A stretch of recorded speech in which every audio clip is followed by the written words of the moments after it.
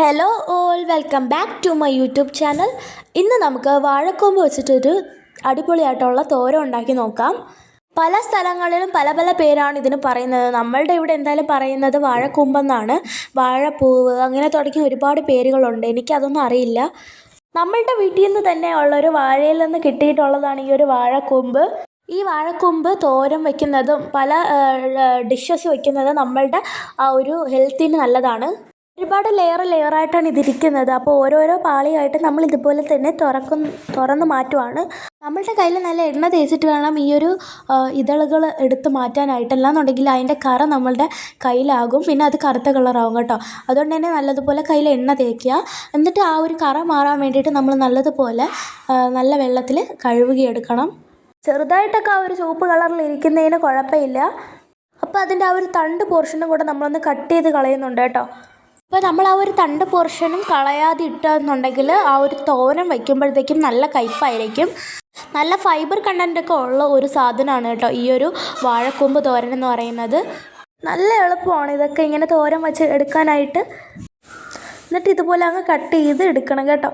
അപ്പോൾ ഇത് കുറച്ച് നേരം കൊണ്ട് തന്നെ പെട്ടെന്ന് അരിഞ്ഞെടുക്കാൻ പറ്റും.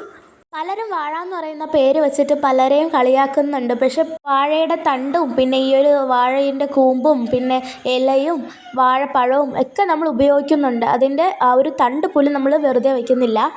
എന്നിട്ടും ഒരു ഉപയോഗം ഇല്ലാത്ത പോലെ എല്ലാവരും അതിന് വാല്യൂ കൊടുക്കുന്നു. ഇത് അരിഞ്ഞു വെച്ചതിന് ശേഷം വീണ്ടും കറ മാറാൻ വേണ്ടിയിട്ട് നമ്മൾ കുറച്ച് എണ്ണ ഒഴിച്ചിട്ട് നല്ലതുപോലെ മിക്സ് ചെയ്യുന്നുണ്ട് കേട്ടോ. അപ്പോൾ ഇതിന് കളറും മാറും, കറയും പോകും കേട്ടോ. കൂടാതെ അതിൽ വലയുടെ വല്ല ഇതും ഉണ്ടെങ്കിൽ അതും പോവും. ഇതങ്ങോട്ട് റെസ്റ്റിന് വെച്ചിട്ട് അടുത്ത് നമ്മൾ ചേരുവ തയ്യാറാക്കി എടുക്കാൻ പോവുകയാണ്. ആദ്യം തന്നെ മിക്സിയിലെ ജാർ എടുത്തിട്ട് അതിലോട്ട് അരമുറി തേങ്ങ ഇട്ട് കൊടുക്കുന്നുണ്ട് കേട്ടോ. നിങ്ങൾക്ക് എത്ര ക്വാണ്ടിറ്റിയിലാണോ ആവശ്യമുള്ളത് അത്രയും ഇട്ട് കൊടുക്കാം. നിങ്ങൾക്ക് എരിവിനനുസരിച്ചുള്ള പച്ചമുളക് ഇട്ട് കൊടുക്കാം. നമ്മളിവിടെ 2 പച്ചമുളക് അരിഞ്ഞതാണ് കേട്ടോ ഇട്ട് കൊടുക്കുന്നത്. അതിനുശേഷം ചെറിയ ഉള്ളി അരിഞ്ഞത് ഇട്ട് കൊടുക്കുന്നുണ്ട്.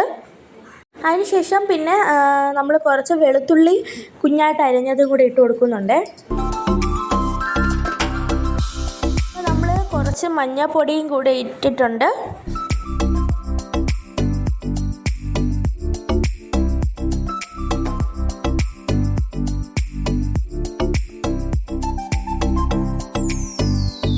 ഒരു നുള്ള് ജീരകവും കൂടെ ഇട്ട് കൊടുത്തിട്ട് നമ്മൾ നല്ലതുപോലെ ഒന്ന് ഒതുക്കിയെടുക്കണം. അടുത്ത് നമ്മൾ കുക്ക് ചെയ്തെടുക്കാൻ പോവുകയാണ് കേട്ടോ. ഫസ്റ്റ് തന്നെ ഒരു കടായി അടുപ്പത്ത് വെച്ചതിന് ശേഷം അത് ചൂടാകുമ്പോഴത്തേക്കും നമ്മൾ കുറച്ച് ഓയിലാണ് ഒഴിച്ചു കൊടുക്കുന്നത്. അപ്പോൾ ആ ഒരു എണ്ണ നല്ലതുപോലെ ബബിൾസൊക്കെ വരുമ്പോഴത്തേക്കും നമ്മൾ അതിലോട്ട് ഒരു നുള്ളി കടുകിട്ട് പൊട്ടിക്കുക. അതിനുശേഷം നമുക്ക് കുറച്ച് വറ്റൽ മുളകാണ് ആവശ്യം, അതും കൂടെ ഇട്ട് വറുക്കുക. പിന്നെ കുറച്ച് കറിവേപ്പിലയും കൂടെ ഇട്ടിട്ട് മിക്സ് ചെയ്യണം കേട്ടോ. അപ്പോൾ അതിൻ്റെ ആ ഒരു മൂത്ത് വരുമ്പോഴത്തേക്കും നമ്മൾ നേരത്തെ അരിഞ്ഞു വെച്ചിട്ടുള്ള വാഴക്കൊമ്പ് കൂടെ ഇട്ട് നല്ലതുപോലെ ഒന്ന് മിക്സ് ആക്കി എടുക്കണം. ആവശ്യമുള്ളവർക്ക് വലിയ പയർ അവിച്ചതും കൂടെ ഇതിൽ കൂടെ ചേർത്ത് മിക്സ് ആക്കാം.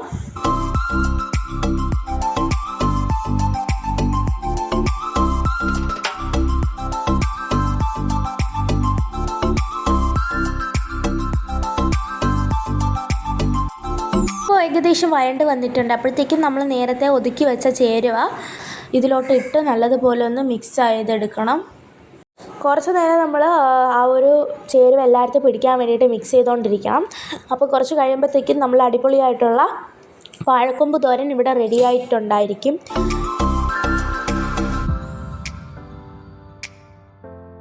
ചോറിൻ്റെ കൂടെ കഴിക്കാനൊക്കെ അടിപൊളിയാണ് കേട്ടോ. അപ്പോൾ ലാസ്റ്റ് ലുക്ക് ഇതാണ്.